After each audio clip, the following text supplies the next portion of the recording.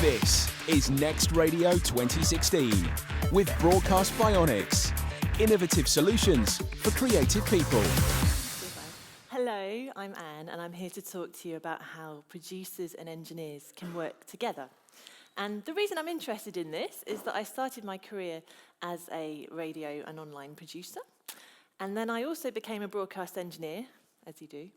And now I work for myself, and I don't have a fancy job title yet, like futurologist. So I kind of occupy the brown splodgy bit in the middle, and I spend my time helping producers and engineers getting the most from their station's technology. And one of the things I've learned from having the privilege of having worked in both parts of the industry is that we're all really creative. And in fact, I think that engineers are probably the most creative people you've got in your building. Sorry, presenters. And I'm not the only person who thinks that engineers are creative. Frank Cottrell Boyce, who wrote the opening ceremony for London 2012, said that one of the most amazing things that he found about working on that ceremony was how crazy, dreamy, and visionary engineers are. And I hope by the end of this you'll agree as well. So I have got a 3-stage plan for you to take back to your stations and implement immediately. Step 1 is work together. Step 2 is develop a kind of technical self-reliance. And step 3 is to introduce an air crash policy, but more on that in a moment. So working together, it sounds really obvious, doesn't it? You know, but how do you do it when you've got engineers involved? Well, tea and biscuits are always a very good start. And the thing that you really need to do is to get to know your engineers. Because when was the last time you had a conversation with your engineers that did not go, "I've just broken the studio, please come now"? You know, get to know them a bit. They're a really good resource for your station because they're listening all the time. They hear everything. And if you're at a large station, they're working across multiple networks and multiple genres. So if you're a producer and you're trying to sort something out in your program and you're not quite sure what to do, talk to the engineers because they're bound to know someone else in your building who's solved a similar problem at some point and they can connect you together. Also, get them involved in your program ideas. They're often desperate to help out and they can really expand what you're doing. You've just got to ask them because sometimes they can be a bit shy, not all of us, but some.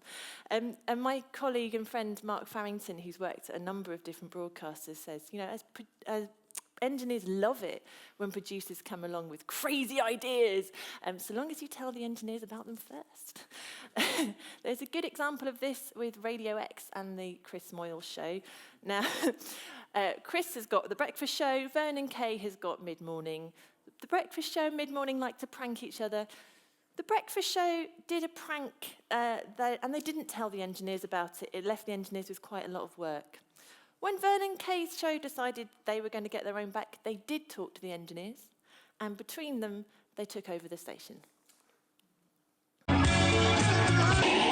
Oh, there seems to be some technical difficulties there, I do believe. Something wrong with Radio X. Chris has no idea what's going on with taking over Radio X because he told you that Radio Stoke had taken over us. So you know basically in the global building there are like 1 million different studios. Half of them are empty. We thought, let's sneak in there and see if we can do an actual BBC Radio Stoke style takeover. And you know what? The engineers here sorted it all out. They even kept your on-air mic light lit. Yeah, that was confusing. That's really thrown us. Well, very clever. We're still on how did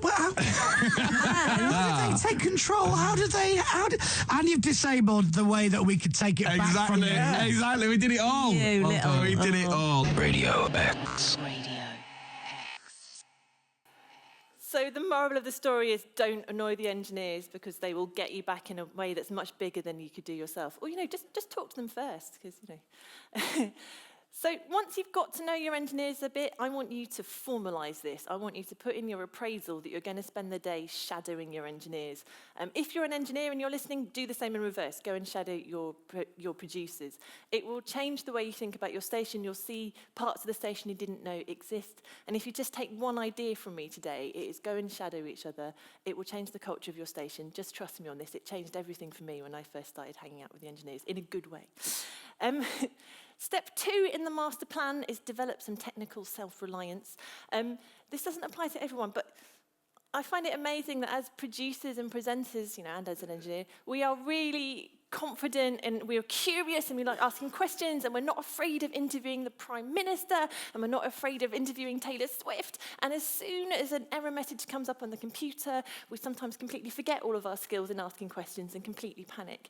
So I'm hoping that once you get to know your engineers a little bit more, you'll start to feel a bit more confident, you'll start to feel able to question things. I honestly think that the only way you can be really great in this career is if you understand the technology. Kenny Everett didn't become one of the best DJs of all time by letting someone else understand how his studio worked. And if you ask questions all the time, and if you ask questions of a machine, you will get a consistent answer, unlike sometimes with a politician. So, it's the same skill.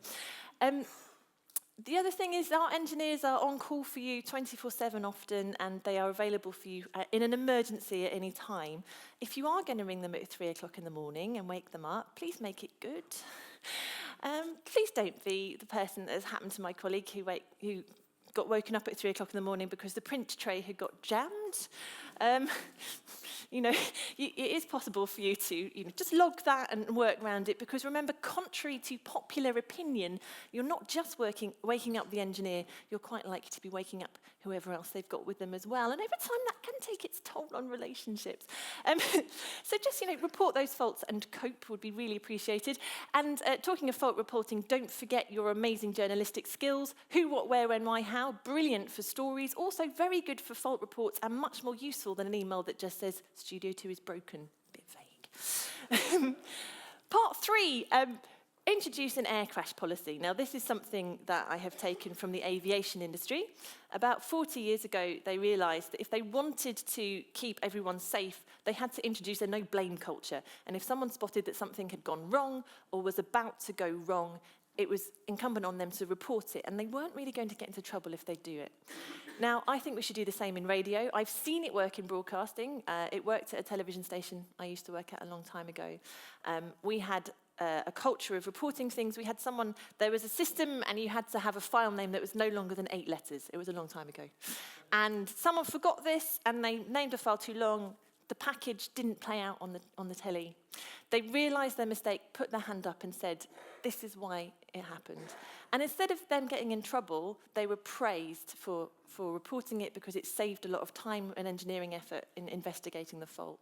An email went round to all the staff. The person was not named, just reminding everyone of why they had to do that naming convention. And then over time, we were able to change the way that the system worked as a whole. So, managers, we need you on side for this. Have that no-blame culture. It will change the way everyone relates to each other at the station, and it'll give you more time to have creative energy to have great ideas on air. Because I honestly believe that engineers and producers, we've got the same job. We've got the same skills. We're curious. We ask questions. We love radio. We just apply our skills to different parts of the broadcast chain. So here are your 5 ideas to take away. Shadow each other. Plan your ideas together where you can. Be as curious about the technology as you are about your guests and your music policy. Introduce an air crash policy at your station. And remember, presenters, producers, and engineers, we've all got the same job. We've all got the same interests, broadly. And finally, if you take nothing else away, just remember to really treasure your engineers, because without your engineers, you're simply talking to yourself in a padded room. No one wants that. Thank you very much. Stay in touch.